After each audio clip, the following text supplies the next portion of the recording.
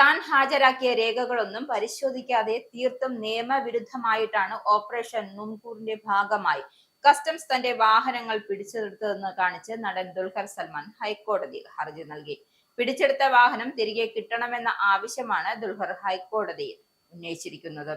നിയമവിധേയമായാണ് വാഹനം വാങ്ങിയതെന്നും ഹർജിയിൽ വ്യക്തമാക്കുന്നുണ്ട്. ദുൽഖറിന്റെ 2 ലാൻഡ് റോവറും 2 നിസാൻ വാഹനങ്ങളുമാണ് കസ്റ്റംസിന്റെ സംശയ നിഴലുള്ളത്. ഭൂട്ടാനിൽ നിന്നുമുള്ള വാഹനക്കടത്തിന്റെ ഭാഗം എന്ന നിലയിൽ കഴിഞ്ഞ ദിവസമാണ് ദുൽഖർ സൽമാന്റെ തമിഴ്നാട് രജിസ്ട്രേഷനിലുള്ള 2024 മോഡൽ ലാൻഡ് റോവർ